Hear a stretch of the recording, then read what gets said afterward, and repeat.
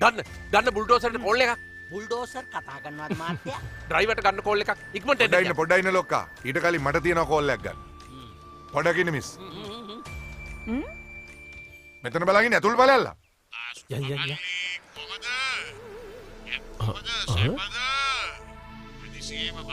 මහරජානෝ. මොන සැපද මහරජානෝ.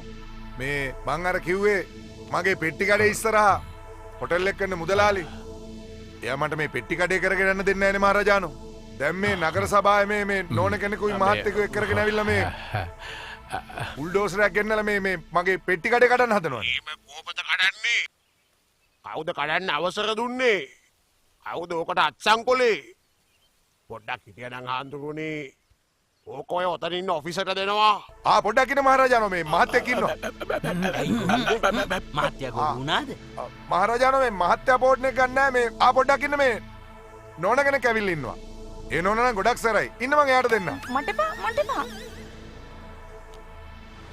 අපේ මහරජානෝ මේ දෙන්නම ෆෝන් එක ගන්න බයයි. මම ලවුඩ් ස්පීකර් දාලා තියන්නේ මේ මහරජානෝ. කියන දෙයක් කියන්න. තමුසෙලාට කවුද උතෙන්ට යන්න කිව්වේ? තමුසෙලා දැන් කෙලින්ම ගෙදර යනවා. ආයෙ වැඩට එන්න එපා. ගෙදරම යනවා ගෙදරම. ඔය පෙට්ටි කඩේ දාගෙන ඉන්නේ අපේ හොඳ පාක්ෂිකේ කරිය.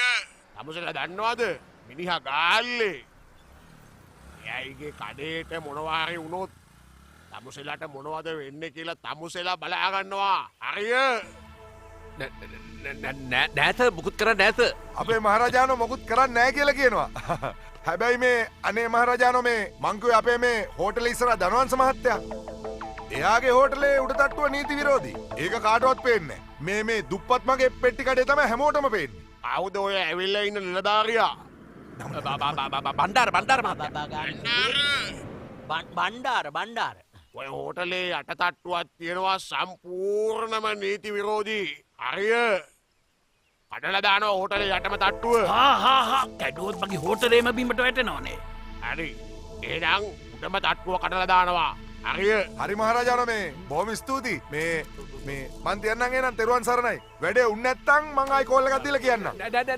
එහෙම වෙන්න අපේ හෝටල් එකට.